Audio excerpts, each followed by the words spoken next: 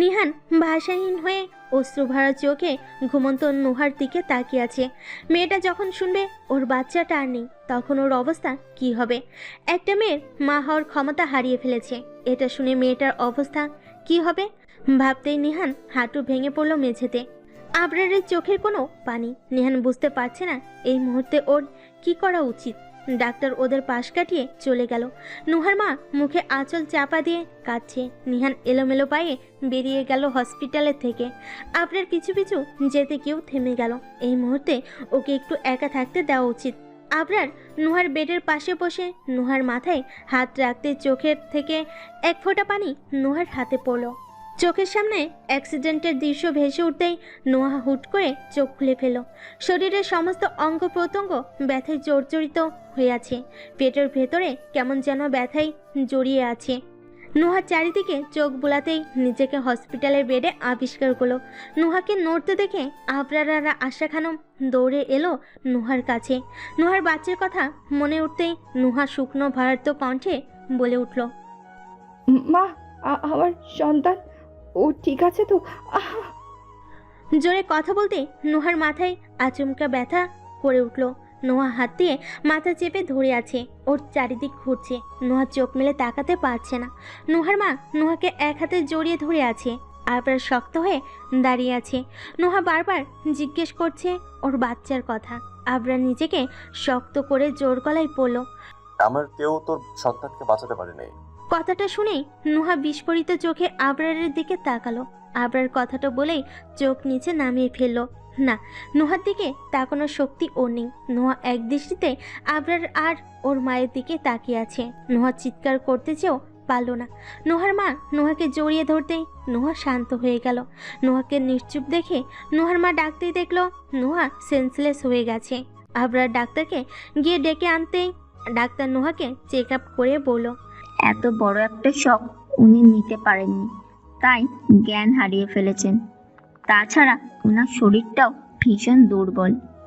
আবরার নোহার মাকে শান্ত করে নোহার কাছে রেখে বেরিয়ে গেল। মাই ডিয়ার শাশুড়ি আম্মু, এখন নুহার প্রেগনেন্ট নয়। আই হোপ এখন ওদের ডিভোর্স করাতে আপনার কোনো সমস্যা হবে না। নুহা প্রেগনেন্ট নয় কথাটা শুনতেই সিনথিয়া বেগম বড় বড় চোখ করে তিধার দিকে তাকাতেই তিধা বাঁকা হাসলো। সিনথিয়া বেগম জোর গলায় জিজ্ঞেস করে উঠল, নোহা প্রেগনেন্ট নয় মানে কি? নোহার প্রেগনেন্সির রিপোর্ট আমার কাছে আছে, তাহলে তুমি কি করে এই কথাটা বলো ত্রিধা? সিনথিয়া বেগমের কথা শুনে তিধা ডোন্ট কেয়ার ভাব নিয়ে বলল, সেটা না হয় আপনি আপনার ছেলের কাছ থেকে জেনে নেবেন। আমার এইসব থার্ড ক্লাস মেয়ের প্রতি কোনো ইন্টারেস্ট নেই। বলে সিনথিয়া বেগমের রুমের থেকে বেরিয়ে গেল। সিনথিয়া বেগমের বুকটা কেঁপে উঠল অজানা ভয়ে। মুহূর্তে নানা রকম চিন্তা মাথায় আসতে লাগলো। সিনথিয়া বেগম দ্রুত গতিতে ছেলের রুমের দিকে পা বাড়ালো। নিহান রুমের দরজা আটকে বসে পাগলের মতো কাঁদছে। যাদের বাঁচানোর জন্য এসব করলো, আজ তাকেই হারাতে হলো। নিহানের বারবার মনে হচ্ছে নোহা এই শখটা মেনে নিবে কি করে। সিনথিয়া বেগমকে কিছু বলার সুযোগ না দিয়ে জাপটে ধরে মেয়েদের মতো করে কান্না করতে করতে বলতে লাগলো, মা, আমি আমার সন্তানকে বাঁচাতে পারিনি, কেড়ে নিয়েছে। উপরওয়ালার মুখ ঘুরিয়ে নিয়েছে মা। শুধু আমার সন্তান না, আমার সারা জীবনের জন্য বাবা ডাক শোনা বঞ্চিত করে দিয়েছে। একটা মেয়ের মা হওয়ার ক্ষমতা কেড়ে নিয়েছে। আমি এত কিছু করেও আমার সন্তানকে ধরে রাখতে পারিনি। কি করে এই মুখ নিয়ে গিয়ে দাঁড়াবো নোহার সামনে? আমি কোন ভাষায় আমি সান্ত্বনা দিব ওকে? নিহানের কথাগুলো শুনে সিনথিয়া বেগম অনুভূতি শূন্য হয়ে গেল। ওনার মুখ দিয়ে শব্দ বের হচ্ছে না। নিহান ফুপিয়ে কাঁদছে। সিনথিয়া বেগমের মস্তিষ্ক মুহূর্তেই নাড়া দিয়ে উঠল। এই জঘন্য কাজটা কে করেছে? আজ ছেলেকে সান্ত্বনা দেওয়ার মতো ভাষা ওনার জানা নেই। একদিনের বেশি হয়ে গেছে নোহা হসপিটালে আছে। এই একদিনে নোহার একবার জ্ঞান ফিরেছিল। যখন সব সত্যটা বলে দেওয়া হয়েছিল তখনই ঠিক 5 মিনিটের মাথায় আবারও জ্ঞান হারায় নোহা। নোহার অবস্থার একটু উন্নতি হয়নি এই একদিনে। নিহান অনেক কষ্টে নিজেকে সামলে নিয়েছে নোহার কথা ভেবে। ঘড়ির কাঁটা 3:15। নোহার বেডের পাশে চেয়ারে বসে নোহার মাথা চেপে ধরে বেডে মাথা রেখে শুয়ে আছে নিহান। ওর চোখে ঘুম নেই। নিহানের চোখ থেকে নোনা জল গড়িয়ে পড়ছে নোহার হাতে। নিহান নোহার হাতে ঠোঁট ছুঁয়ে বলতে লাগলো, আমাকে ক্ষমা করে দাও, আমি পারিনি আমাদের সন্তানকে রক্ষা করতে। উপরওয়ালা হয়তো কোনো ভালো বুঝেই আমাদের থেকে কেড়ে নিয়েছে আমাদের সন্তানকে। আমি জানি তুমি জেগে আমাকে দেখলেই রিয়্যাক্ট করবে, কিন্তু আজকে আর আমার পিছুটা নেই। সব সত্যি বলে দিব তোমাকে, সবটা। তুমি প্লিজ সুস্থ হয়ে ওঠো। নিহান বিড়বিড় করে বলে উঠল কথাগুলো। নিহান নিঃশব্দে চোখের পানি ফেলছিল। তখনই ওর কানে বিড়বিড় শব্দ ভেসে আসতে লাগলো। নিহান কান পেতে বোঝার চেষ্টা করলো নুহা ঠিক কি বলছে। নিহান কান পেতে দিতেই ওর কানে ভেসে আসলো, মা, আমার সন্তান পৃথিবীর আলো দেখতে পেল না কেন? ফিরিয়ে দাও আমার সন্তানকে। ও যে আমার বেঁচে থাকার শেষ সম্বল ছিল। ওকে কেড়ে নিও না প্লিজ, আমি ওকে ছাড়া বাঁচতে পারবো না। নুহা বিড়বিড় করে কথাগুলো বলে ঘুমের মধ্যেই ফুপিয়ে কাঁদতে লাগলো। নিহানের বুকের ভেতরটা ভেঙে চুরে যাচ্ছে। নিস্তব্ধ রাতে নুহার ফুপানোর শব্দ ইটের তৈরি দেওয়ালে গিয়ে বিচ্ছে। নিহান ঠোঁট কামড়ে কান্না আটকানোর চেষ্টা করছে। কতটা আঘাত পেলে একজন মানুষ ঘুমের ঘরেও কান্না করতে পারে নিহানের জানা নেই। কিছুক্ষণের মধ্যেই নুহা আবারও ঘুমে তলিয়ে গেল। ওকে শান্ত করার জন্য ঘুমের ইঞ্জেকশন দেওয়া হয়েছে। নিহানের দম বন্ধ হয়ে আসছে। না, নুহার এই কষ্ট মেনে নেওয়া সম্ভব না, পারবে না নিহান মেনে নিতে। কি করে স্বাভাবিক করবে নুহাকে? নিহানের চোখ ঝাপসা হয়ে আসছে। নিহান বারবার হাতের উল্টো পিঠ দিয়ে চোখের পানি মুছে যাচ্ছে, তাও যেন চোখের পানি বাদ মানছে না। হঠাৎ করে নিহানের ফোন বেজে উঠতেই নিহান তাড়াতাড়ি ফোন রিসিভ করতেই ওপাশ থেকে আবরার বলল, নোহার অ্যাক্সিডেন্টটা ইচ্ছাকৃতভাবে করানো হয়েছে নিহান। আমি তোকে একটা ভিডিও পাঠাচ্ছি, তুই দেখে সবটা বুঝে যাবি। নিহান আর কিছু বলার আগে আবরার ফোনটা কেটে দিল। কয়েক সেকেন্ডের মাথায় নিহানের ফোনে একটা ভিডিও আসতেই নিহান তাড়াতাড়ি ভিডিওটা ওপেন করলো। মনোযোগ দিয়ে কয়েক সেকেন্ড ভিডিওটা দেখলো নিহান। বারবার জুম করে ভিডিওটা দেখে নিহানের চোখ লাল বর্ণ ধারণ করলো। নিহানের শরীর বিদ্যুৎ গতিতে কেঁপে উঠল। ভিডিওটায় স্পষ্ট দেখা যাচ্ছে একটা থেমে থাকা কার ইচ্ছাকৃতভাবে নুহাকে ধাক্কা দিয়ে চলে গেল। আর কার সেটা নিহান খুব ভালো করে জানে। নিহান ফোনটাকে শক্ত করে চেপে ধরে দাঁতে দাঁত কর্মর করে বলতে লাগলো, তুই এতদিন নিহানের অসহায় রূপটা দেখেছিস, এবার দেখবি নিহান ঠিক কতটা ভয়ঙ্কর। তোকে আমি কতটা ভয়ঙ্কর মৃত্যু দিব তুই ভাবতেও পারছিস না ত্রিধা। প্লিজ আমাকে আমার সন্তান ফিরিয়ে দাও।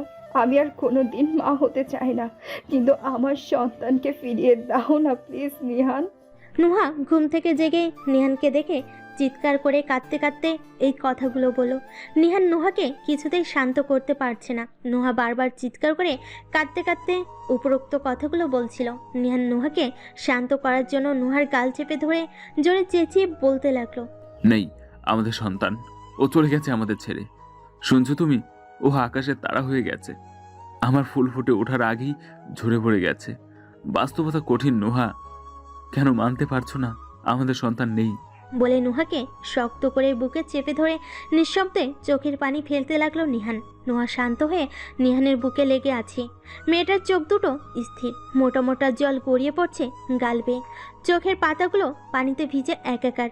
নাকের মাথা টকটকে লাল হয়ে আছে, চোখ দুটো ফুলে লাল হয়ে টইটুম্বর হয়ে আছে, মুখটা শুকিয়ে আছে। না, প্রাণবন্তর মেয়েটাকে কেউ এই অবস্থায় সহ্য করতে পারবে না। নিহানের কথাগুলো শুনে নুহা শান্ত হয়ে গেল অদ্ভুতভাবে। আবরার এসে নিহানের কাঁধে হাত রাখতেই নিহান অসহায় দৃষ্টি আবরারের দিকে তাকিয়ে নুহার দিকে ইশারা করলো। হঠাৎ করে নিহানের সেদিনের বলা কথাগুলো নুহার মনে উঠতেই নুহা এক ঝটকায় নিহানের থেকে দূরে গিয়ে রাগী দৃষ্টি নিক্ষেপ করলো নিহানের দিকে। নিহান অবাক চাহনি দিতেই নুহা গড়গড় করে বলতে লাগলো, তুমি কেন এসেছো? ও বুঝেছি, তোমার সরি তোমাদের জীবন থেকে কালো ছায়া যে দূর হয়ে গেছে নাকি সেটা দেখতে এসেছো? তাহলে কান খুলে শুনে রাখো মিস্টার রাইমান খান নিহান, তোমার জীবন থেকে সরে গেছে তোমার পথের কাঁটা। খুশি তো এবার? হ্যাঁ, তোমার তো মহা খুশি হওয়ার কথা। আমার সন্তানকে তো তুমি পৃথিবীর আলো দেখতে দাওনি, চাওইনি। আজ দেখো তোমার সেই আশা পূরণ হয়েছে। দেখেনি আমার সন্তান এই পৃথিবীর আলো, শুনেছ? এইবার বেরিয়ে যাও আমার চোখের সামনে থেকে। তোমাকে দেখতে আমার ঘৃণা হচ্ছে। যাও আমার চোখের সামনে থেকে, যাও প্লিজ। তোমাকে সহ্য করতে পারছি না আমি। বলে নুহা হাতের স্যালাইনটা টেনে খুলে ফেললো। সাথে সাথে রক্ত বেরোতে লাগলো। নুহা পাগলের মতো করতে লাগলো। আবরার নুহাকে শান্ত করার চেষ্টা করছে, কিন্তু পারছে না। নিহান মাথা নিচু করে বসে আছে। সত্যি আজ নুহার দিকে তাকানোর মুখ নেই ওর। কি বলবে ও? আবরার নুহাকে শান্ত করতে না পেরে জোরে থাপ্পড় মেরে বসলো নুহার গালে। তারপর নুহার দুই বাহু চেপে ধরে বলতে লাগলো, পাগল হয়ে গিয়েছিস তুই? যেই ছেলেটা তোর ভালোর জন্য নিজের জীবন, নিজের ক্যারিয়ার সব বিসর্জন দিল, তাকে তুই এইসব বলছিস? শুধুমাত্র নিহারের মুখে কথায় বিশ্বাস করে তুই এটা বলছিস? একবার কি ভেবে দেখেছিস এই ছেলেটা তোকে পাগলের মতো ভালোবাসে? সে কেন বদলে গেল? একবারও কি ভেবে দেখেছিস যে এই পরিবারের মানুষগুলো তোকে পাগলের মতো ভালোবাসতো? না, ভেবে দেখিস নে। তাহলে ভিত্তিতে তুই এসব কথা বলেছিস? অ্যান্সার মে। আবরারের কথা শুনে নুহা ছলো ছলো চোখে আবরারের দিকে শীতল চাহনি নিক্ষেপ করলো। নিহান এখনো মাথা নিচু করে চোখের পানি ফেলছে। আবরার খানিক থেমে একটা বড় করে নিঃশ্বাস ছাড়লো। একটা চেয়ার টেনে নুহার সামনে বসে বলতে শুরু করলো, নেহানের গানের জগতে এত নাম ডাকের পেছনে ত্রিধার হাত রয়েছে। ত্রিধা আমাদের ব্যাচের, সেটা তোরও জানা নয়। সেই কলেজ লাইফ থেকে ত্রিধা নিহানকে পছন্দ করত, কিন্তু নেহানের কাছে কোনো দিন প্রকাশ করেনি। তাই নিহান এই ব্যাপারে কিছুই জানতো না। নিহানের গানের ক্যারিয়ার শুরু হলো সেক্ষেত্রে ত্রিধা বিভিন্নভাবে নিহানকে সাহায্য করেছে। নিহানের গানের গলা মারাত্মক, তাই তাড়াতাড়ি ওর গান সবার মন কেড়ে নিল। এভাবেই পেরিয়ে যায় সময়। নিহানের সাথে তোর যখন বিয়ে হলো, ত্রিধা তখন বিদেশে ছিল। আর 1 বছর পর এসে যখন শোনে তোদের বিয়ে হয়ে গিয়েছে, তখন ওর আসল চেহারাটা বের হয়ে আসে। 7 দিন আগে আলিশাকে ত্রিধা কিডন্যাপ করে। কথাটা শুনতেই নুহা অবাক চোখে আবরারের দিকে তাকিয়ে বলল, কিন্তু মা তো বলেছিল আলিশা ওর মামা বাড়ি আছে। আবরার একটু দম নিয়ে বলে উঠল। ত্রিধা আলিশাকে কিডন্যাপ করে। কথাটা বলতেই আবরারের দম বন্ধ হয়ে আসছিল, তাও নিজেকে সামলে বলতে লাগলো, আলিশা কোথায় আছে, কেমন আছে, আমরা কেউ কিছু জানি না। অনেকভাবে খোঁজার চেষ্টা করেছি, পুলিশের সাহায্য নিয়েছিলাম। সেই নিউজটা ত্রিধা জানতে পারে। তারপর ত্রিধা আলিশাকে টর্চার করে। এরপর থেকে কারো সাহায্য নেওয়ার চেষ্টা করেনি। নিহানদের সমস্ত সম্পত্তি ত্রিধা হাতিয়ে নিয়েছিল। তোদের প্রত্যেকের রুমে সিক্রেট ক্যামেরা লাগানো ছিল। তোদের সব গতিবিধির ওপর ত্রিধার নজর ছিল। নিহানকে হুমকি দেওয়া হয়েছিল, যদি তোকে ডিভোর্স না দেয় তাহলে তোকে আর তোর বাবা মাকে সবার ক্ষতি করবে। নিহানের হাতে কিছু ছিল না, বিশ্বাস কর। নিহান নিরুপায় ছিল। ত্রিধার সেক্রেটারিকে নিহান আটকে রেখেছিল, কিন্তু সেটাও ত্রিধা জেনে যায়। নিহান যা যা স্টেপ নিত, ত্রিধা তার সবগুলোই আগে থেকেই জেনে যেত, যার কারণে নিহান কখনোই সফল হয়নি। বাধ্য হয়ে ত্রিধার কথা মেনে নেওয়া ছাড়া কোনো উপায় ছিল না ওর। কাকিমা ও নিরুপায় নিজের মেয়েকে বাঁচানোর জন্য ত্রিধার সব কথা মুখ বুঝে মেনে নিয়েছিল। তোর সাথে খারাপ ব্যবহার করতে বাধ্য হয়েছে। একবার ভাব, কাকিমার জায়গায় যদি তোর মা থাকতো তাহলে নিশ্চয়ই একই কাজ করতো। নিহানের বাড়ি থাকলে তোর ক্ষতি হয়ে যেত, তাই নিহান তোকে দূরে পাঠিয়ে দিয়েছে। কিন্তু শেষ রক্ষা হলো কি করে? স্মৃতির সাথে ওর প্রাপ্তমের ঘনিষ্ঠ ভিডিওগুলো স্মৃতির প্রাপ্তম ত্রিধার হাতে তুলে দিয়েছিল। ত্রিধা নিহানকে সেগুলো দিয়ে ব্ল্যাকমেল করেছে। এখন তুই বল, নিহান কাকে বাঁচাবে, তোকে, আলিশাকে নাকি স্মৃতিকে? আবরারের কথা শুনে নুহা স্তব্ধ হয়ে বসে আছে। ওর চোখ দিয়ে পানি গড়িয়ে পড়ছে। আবরার একটু থেমে একটা দীর্ঘশ্বাস ছেড়ে কিছু বলতে যাবে, তার আগেই নুহা বলে উঠল, নিহান, তুমি একটা জিনিস ভুলে গেছো। নিহান এতক্ষণ পর মাথা তুলে তাকালো নুহার দিকে।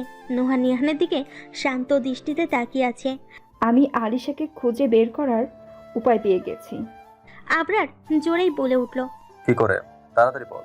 নুহা একটু আস্তে চারিদিকে একবার চোখ বোলাতেই দরজা দিকে নজর দিয়ে একটু জোরে বলল, আলিশার হাতে একটা ঘড়ি আছে।